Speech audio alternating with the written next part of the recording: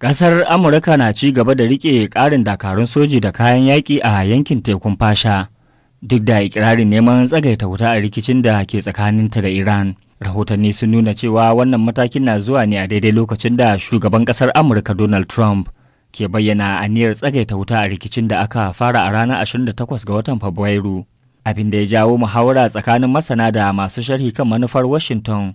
Masu nazarin harkokin tsaro na ganin cewa ci gaba da tura dakaru da kayan yaƙi na nuna cewa Amurka na ƙoƙarin ƙarfafa matsayinta a yankin, duk da batun tsagaita wuta da ake ta ambato. Wasu daga cikin masana sun yi hasashen cewa wannan na iya zama wani shiri na tsagaita wuta na wucin gadi, domin baiwa Amurka damar sake tsara dabarunta kafin ɗaukar wani mataki na gaba a rikicin. A gefe guda kuma ana ganin irin wannan mataki na iya ƙara ɗaga hankali a yankin gabas ta tsakiya, musamman a daidai lokacin da ake fargabar faɗaɗa rikicin zuwa wasu ƙasashen. Haka kuma ƙasashen duniya da ƙungiyoyin ƙasa da ƙasa na ci gaba da kira da rage tashin hankali da neman hanyoyin sasanta rikici ta hanyar tattaunawa.